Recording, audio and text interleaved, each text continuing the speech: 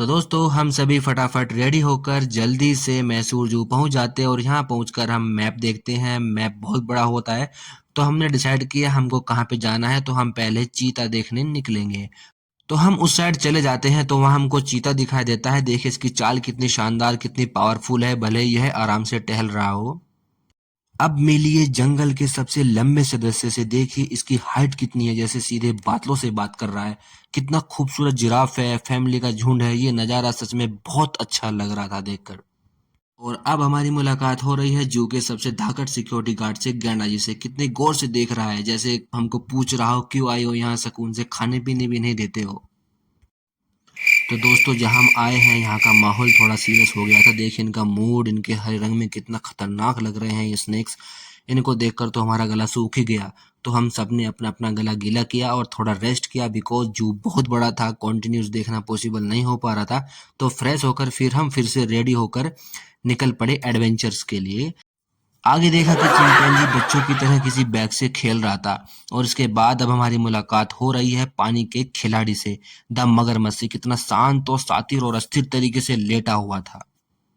अब मिलिए पानी के बड़े बड़े टैंकर से, दरियाई घोड़े से। इनकी साइज तो किसी बड़े भैंसे से भी बड़ी नजर आ रही थी।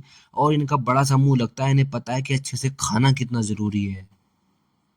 आगे नजर पड़ती है जंगल के फैशन आइकन पर, जेब्रा पर। इनके ऊपर बने ये खूबसूरत स्ट्रिप्स, लगता है जैसे किसी आर्टिस्ट ने पेंट ही कर दिया हो। वाकई में बहुत मजा आ रहा था यहाँ पे। और अब हम मिलते हैं सदस्यों के सबसे बड़े हाथी से। भले ही ये थोड़े दूर खड़े हों, लेकिन इनकी शान और इनका आकार दूर से ही दिख जाता है। हम कितनी भी मुश्किल से इनका एक शॉट लेने की कोशिश कर रहे थे, बट बड़ी ही मुश्किल से शॉट मिल पा रहा था। लेकिन यहाँ देखिए जू के असली हीरो तो यहाँ के केयर टेकर्स हैं। कितनी मेहनत से हाथियों के लिए खाना रेडी कर रहे हैं, साफ सफाई कर रहे हैं। इन्हीं लोगों की वजह से जानवर साफ और स्वस्थ रहते हैं। और हमको आगे लेमूर दिखाई देता है, मानो ये बड़ा ही कंफ्यूज नजर आ रहा है और देख रहा है भाई इधर उधर कहाँ जा रहे हैं। फिर इसके बाद हमको एक बहुत ही आंखों को सुकून देने वाला प्रकृति का नजारा मिला, जहाँ एक शांत तोहफा था। ये हिरन और बारहसिंगा सच में बहुत ही बड़ा झुंड था। कितनी शांति से सब एक साथ यहाँ पे रह रहे थे। ये बारहसिंगा के बड़े और खूबसूरत सींग बिल्कुल एक राजा की ताज की तरह लग रहे थे। और अब मिलते हैं ये काले हंस से। कितना शानदार और नाजुक लग रहा है। पहले तो आराम से तैयार हो रहा है और अब देखो कितने एलिगेंस से पानी में तैरकर आगे बढ़ रहा है।